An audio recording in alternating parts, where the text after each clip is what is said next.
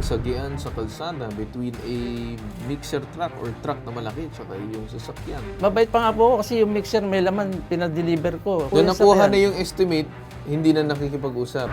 So, during my Okay. investigation, yung truck na mixer ay lumalabas dun sa linya. May Okay. subsidiary liability, yan pong employer, yung kumpanya na may-ari ng sasakyan. Tama ba na ginawa ng insurance na dinenay dahil nagamit niya itong sasakyan na pang-grab? Yun. Yun po yung malaking problema natin sa insurance contract. Sa pambansang sumbungan, handa kang ipaglaban ang programa ng ating buong sambayanan. Nagkaroon ng sagian sa kalsada between a mixer truck or truck na malaki tsaka yung sasakyan. Tama po ba? Opo, sir. Yung sasakyan ay ginagamit mo sa pang-grab. Tama po ba? Opo, sir. Ngayon, na-aksidente kayo, nasaan na ngayon yung grab? Yung sasakyan mo? Nasa kasa po, pinagawa nila. Kaya lang po, hindi po nila tinutubos. Nasa kasa po. Sinong hindi pa nagtutubos? Yung pong admin ng DMCI na si Perdi, yun po ang kakontak ko sa nung mangyari yung aksidente. Paano ba sir nagkaroon ng kasunduan doon sa insidente? Nung time po ng December 13 po ng gabi, nung nasa police station kami, doon po kami nagkausap. Yung driver po ang kausap ko. Ngayon, yung admin po, yung Perdi, by phone lang po. Kasi nga po, sabi ko doon sa driver, sabi ko, madali naman po akong kausap, mabait naman po ako. Ayusin niyo yung sakyan ko, bigay niyo sa akin yung mga araw na hindi ko biniyahe, okay na po. Mabait pa nga po ako kasi yung mixer may laman, pinadeliver ko kung sa iba-iba, di ba? I-hold po ba yun? Ako hindi po. Sabi ko, sige, basta bumalik ka lang. Nagkaroon ba kayo ng kasunduan? Sa ano lang po, yung sulat ng driver na kasunduan na... Saan kayo ipapagawa nagkasundo? nila. Sa police station po. Police station. Meron ba tayong kopya ng papeles? Yan. Yung Meron po. kasunduan. Ronald, yan yung pangalan. Ronald Hubay or Jubay. Yan ang pangalan niya. Opo. Yung driver. Opo. Tapos, as per Ferdinand, Admin po. admin ng DMCI. Okay. So, nakausap po ba sa telepono mismong itong Ferdinand na to? Yes po, nung gabi po. Nung time Mismo na- nakausap po siya Opo. sa telepono. Anong sinabi niya sa'yo? Sabi nga po niya, kasi matagal na po kami doon sa police station. Sabi niya po, para matapos na yung papagawa namin yung sakyan mo, tapos saka natin settle yung para sa'yo, yung... Ngayon, bago mo ipinasok yung sasakyan, pina-estimate mo ba muna? Opo, nung dinala ko po sa kasa yon, kinuna nila ng picture, tapos in-estimate. Tapos inuwi ko po sa amin. Nung na-estimate, yung sasakyan ba ay binigay mo yung estimate doon sa kumpanya? Opo, sa... Tinanggap ng kumpanya? Opo, doon kay Perdi. Tinanggap ng admin? Opo. So sana nagkaroon ng problema, sir? Cooperative naman sila nung time na yun. Anong naging problema? Hindi na po sila nakipag-cooperate. Tapos na po Doon yung nakuha sakyan. na yung estimate, hindi na nakikipag-usap. Nung huli po, maganda pa po yung namin. Nung patapos na po yung sakyan, sabi ko sa kanila, tapos na. Pwede nyo na pong kuhanin. Hindi na po sila nag-reply. So ipinasok mo yung sasakyan kasi sila ang nagbigay ng go signal na ipasok. Yes po. Sinabi mo itong mismong admin. Yes po. Pagkatapos, sinabi mo na tapos na, alam ba nila na tapos na? Opo. Siguro ganito sir, kausapin na natin itong traffic investigator ng Makati City Police Station, si PSMS Fortuner Ferriol. Magandang umaga po sa inyo, sir. Okay, good morning, sir. Alright. Siguro sir, diretso na tayo doon sa tanong ko na kung may insurance ba yung truck na nakabangga sa kanya? Okay, with regards to the insurance kasi, nagkakaroon ng usapin yung dalawang parte na meron daw yung DMCI. So, kaya lang hindi naman dala ng driver. So hindi kasi, dala ng driver. hindi naman nila yung comprehensive insurance, yun ang sinasabi ko po. So wala silang dalang insurance nung time na yun? Wala silang comprehensive insurance pang napapakita nung araw na yun. Nagkaroon sila ng usapan na about dun sa company with the other party. Tapos, ayun, nagkakaroon sila ng sulatan ng kasunduan sa nangyaring aksidente. Okay.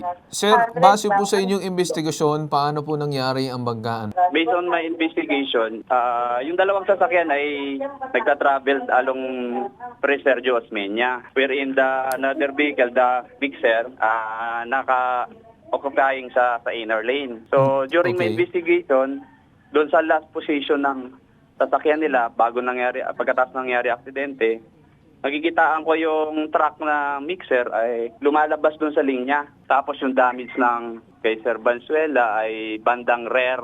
Yeah, middle. rear left. Parang yung nangyari, Yeah, rear left. parang tumuklap kasi yung dumiin yung truck. Tama ba?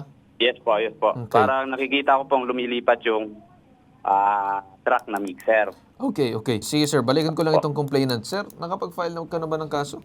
Yes, sir. Sa Makati City Hall. So hindi mo na dinaan sa police? Dumaan po ako sa kanya kasi sa investigator po. Siya po nag-advise sa akin na mag-file ako ng demanda. Nung nag-hearing po kami nung July 6, hindi naman po umatin yung driver. Kasi sabi po, hindi natanggap yung letter galing piskal. Kaya So po, driver lang yung nasampahan ng kaso, Opo. hindi yung company. At saka yung perde, hindi po nakasuhan. Ang nakasuhan po, yung driver lang. Pero yung company ng driver na Macro, ang lumabas po is dismissal kasi lack of evidence daw po. lack of evidence to establish yung kanyang personality. Siguro ganito, sir, no? Kausapin natin ngayon sa Attorney Batas Mauricio. Attorney Batas, magandang umaga po sa inyo. Magandang umaga po, Ginoong Cartulfo. Magandang umaga po sa ating mga kababayan. Magandang umaga po sa ating mga panauhin. Ang pagkakaunawa ko po dito sa usaping ito, Ginoong Cartulfo, yung kung paano mababayaran ito pong complainant natin ng danyos perjuicios na tinamo niya dahil sa aksidente. Dahil nabangga po siya ng isang sasakyan, pag-aari ng isang kumpanya. Yeah. Yun po yung intindi ko. Yes, At yes. pagka po ganyan, dalawa po kasi ang pananagutan dyan. Una, yung pananagutang kriminal noong pong driver. Ibig sabihin, pagka po napatunayan na nagpabaya sa kanyang pagmamaneho, merong reckless imprudence resulting to physical injuries o di kaya damage to property yung driver Okay. na nakabangga, may pananagutan po siyang kriminal. Pero may pananagutan din siyang civil. Ibig sabihin, kung ano man yung danyos perjuicios nung nabangga, yung kanyang gamit o yung kanyang pagkatao, kailangan bayaran din po Okay. ng driver. Mhm. Ang problema po, pagka walang pera si driver, o yung tinatawag nating insolvent, wala po siyang pera na makukuha para may pambayad. Sino po ang mananagot? Yung pong employer, Ginoong Cartulfo. Okay. May Okay. subsidiary liability, yan pong employer, yung kumpanya na may-ari ng sasakyan. Siya po ang papanagutin ng batas doon po sa ipinarusang pagbabayad ng danyos ng hukuman Okay. laban sa driver. Ginoong Okay. Cartulfo. Attorney, matanong ko lang, no? So, how can itong mismong complainant natin, paano niya may establish doon sa korte na may kinalaman or meron talagang pananagutan ng kumpanya? Kasi ang nangyari, attorney, nag-file siya against the company, against the admin, pero ang lumusot lang itong mismong kaso lang sa driver dahil lack of evidence daw. So, how can he further strengthen, attorney, itong umano yung usapan regarding dito sa kumpanya at sa admin? Well, sa batas po, talagang ma-dismiss, mababaliwala yung kasong kriminal laban sa administrative officer o di kaya doon sa may-ari ng kumpanya. Kasi po, ang pananagutan kriminal, pananagutan lamang ng tao na nakagawa ng krimen at ito nga po yung driver na guilty ng reckless imprudence. Patutunayan niya sa hukuman na wala pong makuhang pambayad doon sa driver na nasintensyahan at ang hahabulin na po dyan sa kaso din yan ay ang employer, Ginoong Cartulfo. Okay. Ngayon naman, sir, with that said, nagbigay naman na ng abiso si Attorney Batas. Matanong ko lang, sir, kasi tama ba hindi mo pa ma-release yung sasakyan sa kasa? Hindi pa po. Bakit? Wala pa pong pangalan eh. Pero kamusta ba yung insurance mo? Insurance ng sasakyan mo?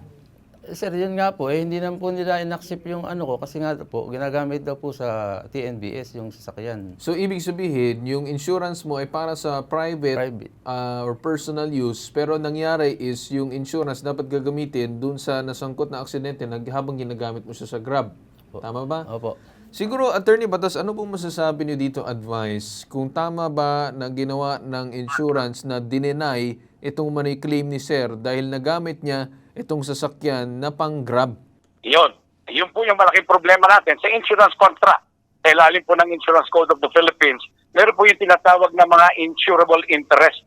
At lilitaw po riyan pagka po may provision sa insurance contract na ang sasakyan hindi pwedeng gamitin pang negosyo, pang komersyo at ginamit ito sa pang negosyo, pang komersyo, labag sa kontrata, mawawalan po ng pananagutan ng insurance company. Okay. So, yung hope talaga ni Sir Attorney is talagang habulin itong driver and company.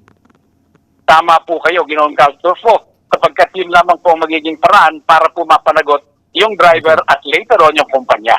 Yes, Alright. sir. Okay, so with that said, Attorney Batas, maraming salamat po sa inyo. Sir, malinaw na ba sa inyo ngayon na ituloy mo pa rin yung kaso, but siguro, tignan natin, I'll probably inquire with the LTO kung ano magagawa nila regarding sa case mo, regarding do sa truck. But sana, maging aral susunod na kapag babiyahe. Napalitan mo na ba yung insurance mo? Nabago mo na ba? Hindi pa po. Sa next month pa po expire. Okay, so susunod sir, siguro sir, pagka-renewal mo, parang papalitan mo na yung insurance mo, declare mo na sa commercial. Yes, sir. Yun sir ang masasabi namin ngayon. Okay? So sana sir magsilbing aral din as well, but let's see what further assistance we can do pagkatapos ng programa. Okay sir? Sir. Okay. Pambansang sumbungan, handa kang ipaglaban ang programa ng ating buong sambayanan.